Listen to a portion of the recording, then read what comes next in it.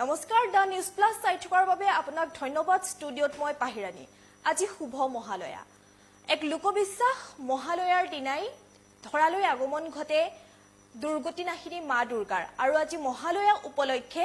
ৰাজ্যৰ ভিন্ন প্ৰান্তত দেখিবলৈ পোৱা গৈছে এক উৎসৱমুখৰ পৰিৱেশ আমি দৃশ্যাংশ লৈ আনিছো এই মুহূৰ্তত আপোনালোকে স্ক্ৰীনত প্ৰত্যক্ষ কৰিছে সেই আধ্যাত্মিক পৰিৱেশ কিদৰে আচলতে মহালয়াৰ উপলক্ষে হাজাৰ হাজাৰ মানুহ ওলাই আহিছে ৰাজপথলৈ এক লোকবিশ্বাস এক পৰম্পৰা অনুসৰি ৰাইজ আচলতে ওলাই আহিছে ৰাজপথলৈ আৰু দুৰ্গতিনাশিনী মা দুৰ্গাই আচলতে সমাজৰ সকলো অশুভ শক্তি নাশ কৰে বুলি এক বিশ্বাস আছে আৰু সেই বিশ্বাস অনুসৰি আজি এই শুভ মহালয়াৰ উপলক্ষে এক উৎসৱমুখৰ পৰিৱেশ দেখিবলৈ পোৱা গৈছে এই মুহূৰ্তত আপোনালোকক যোৰহাটৰ দৃশ্যাংশ দেখুৱাইছো কিদৰে আচলতে যোৰহাটত এক উৎসৱমুখৰ পৰিৱেশ দেখিবলৈ পোৱা গৈছে যোৰহাটৰ প্ৰত্যেকটো ৰাস্তাতে আচলতে হাজাৰ হাজাৰ মানুহৰ ভিৰ পৰিলক্ষিত হৈছে সমাজৰ অশুভ শক্তি নাশ কৰাৰ এক যি বিশ্বাস এক লোকবিশ্বাস সেই লোকবিশ্বাস অনুসৰি সেই পৰম্পৰা অনুসৰি আচলতে প্ৰত্যেকজন লোক ওলাই আহিছে ঘৰৰ পৰা আৰু মা দুৰ্গা এবাৰ যিহেতু দুলাৰে ধৰালৈ আগমন ঘটিছে আৰু দুলাৰে ধৰালৈ আগমন ঘটিলে সমাজৰ অশুভ শক্তি নাশ হয় বুলি এক লোকবিশ্বাস আছে আৰু সেই পৰম্পৰা অনুসৰি সকলো মানুহে বিশ্বাস অটুট ৰাখি প্ৰত্যেকজন ব্যক্তি আচলতে ঘৰৰ পৰা ওলাই আহিছে আৰু মা দুৰ্গাক এইদৰেই মা দুৰ্গাৰ ওপৰত ৰখা বিশ্বাস অটুট ৰাখিয়ে ওলাই আহিছে ৰাজপথলৈ এই মুহূৰ্তত আপোনালোকক দেখুৱাই গৈছো যোৰহাটৰ দৃশ্যাংশ যোৰহাটত কিদৰে এক উৎসৱমুখৰ পৰিৱেশৰ সৃষ্টি হৈছে সমান্তৰালভাৱে ৰাজ্যৰ ভিন্ন প্ৰান্তত একে উৎসৱমুখৰ পৰিৱেশ দেখিবলৈ পোৱা যাব ৰাজ্যৰ ভিন্ন প্ৰান্তৰ পৰা ভিৰ কৰিছেহি আচলতে সকলো ব্যক্তিয়ে আৰু এই মুহূৰ্তত যোৰহাটৰ পৰা আমাৰ কিছু মন্তব্য আহি পৰিছে সেই মন্তব্য শুনাই ল'ব বিচাৰিছো আজি মহালয়াৰ শুভ দিন মাতা দুৰ্গাৰ আহ্বানী আজিৰ পৰা ষ্টাৰ্ট হৈছে আহ্বানী যিটো সূচক কিন্তু আমাৰ যোৰহাটৰ এটা বৈশিষ্ট্য আছে অসমৰ ভিতৰত যোৰহাটত এইটো বহু বছৰ ধৰি দেখি আহিছোঁ আমি সৰুৰ পৰাই ইয়াত হাজাৰে হাজাৰে মানুহ ওলাই আহে ইয়াৰ এটা কাৰণো আছে যে যদি ৰাতিপুৱা মহালয়াৰ দিনা যদি আমি অলপ ৰাস্তাত ওলাই আহোঁ অলপ খোজ কাঢ়োঁ তো আমাৰ দেহাৰ কাৰণে ভাল যেনেকৈ গৰু বিহুত আমি গৰুক গা ধুৱাওঁ আমি কিবা মানি লওঁ ঠিক তেনেকুৱা আমাৰ পুৰাণত লিখি আছে বাট যোৰহাট ইয়াৰ এটা বৰ ডাঙৰ বৈশিষ্ট্য দাঙি ধৰিছে গোটেই অসমত ইমান হাজাৰ হাজাৰ আপুনি কোনো এটা পথ আপুনি এৰি যাব নোৱাৰে কি গৰালি কি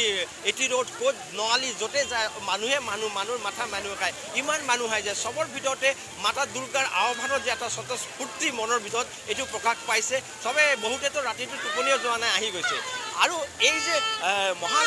মহালয়া দিনটো হৈছে প্ৰথম কথা হৈছে যে পিতৃপক্ষৰ সমাপনী ঘটিব আজি যেটো 17 ছেপ্টেম্বৰৰ পৰা ষ্টাৰ্ট হৈছিলে আজি সমাপন হ'ব কালি 3 তাৰিখৰ পৰা দেৱী পক্ষৰ সূচনা হ'ব পিতৃপক্ষৰ কি হয় পিতৃ यानी আমাৰ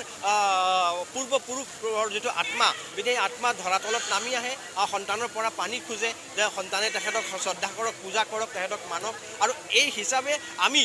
কি কৰিব লাগে পিতৃক আজি দিনটো তৰ্পণ ইয়াক তিল তৰ্পণ বুলি কোৱা হয় যদি আপুনি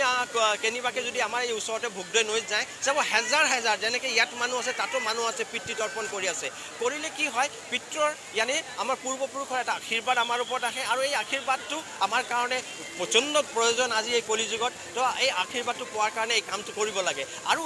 আজিৰ বিশেষ দিন হৈছে যে মা দুৰ্গা সদায় খুব সুগন্ধিত ফুল ভাল পায় এইকাৰণে আজি যদি পাৰে এনেতো মা আজি দিব বোলে যেটো অপৰাজিতা নীলকণ্ঠ ফুল কয় সেই ফুলপাত যদি লৈ যাব পাৰে মাক পূজা দিয়ে তো অতি উত্তম নহ'লে যিকোনো সুগন্ধিত ফুল আজি লৈ যোৱাটো উচিত হয় এই আজিৰ দিনটোতে তো প্ৰচণ্ডভাৱে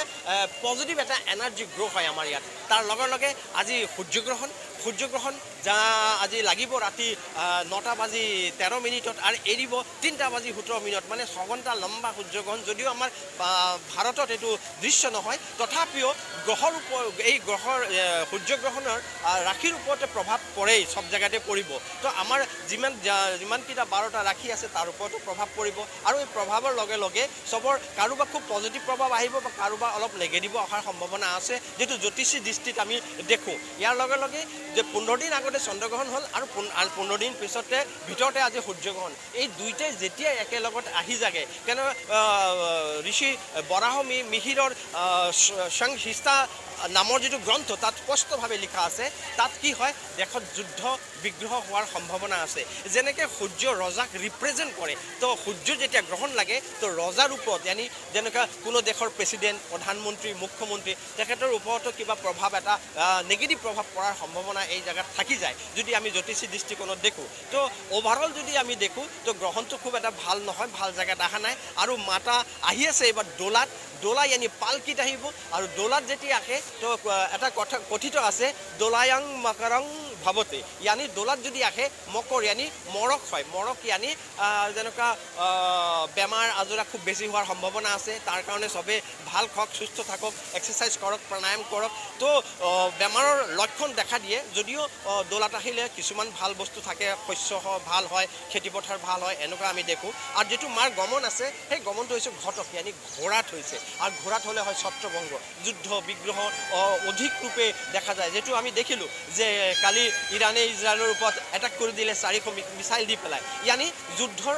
যিটো বাউণ্ডাৰী যিটো সীমা সেইটো বাঢ়ি যোৱাৰ সম্ভাৱনা বহুত বেছি আছে এই দুটা গ্ৰহণত আমি যদি আৰু অলপ যদি চাওঁ তেনেহ'লে 2025 মাৰ্চতে দুইটা গ্ৰহণ আকৌ একেলগতে পৰি আছে আৰু এই দুইটা গ্ৰহণ ইয়ানি 162 দিনৰ অন্তৰত 4টা গ্ৰহণ আমি দেখি পাইছোঁ এইটো আমাৰ দেশৰ কাৰণে যিকোনো খবৰৰ বাবে যোগাযোগ কৰক 7099017333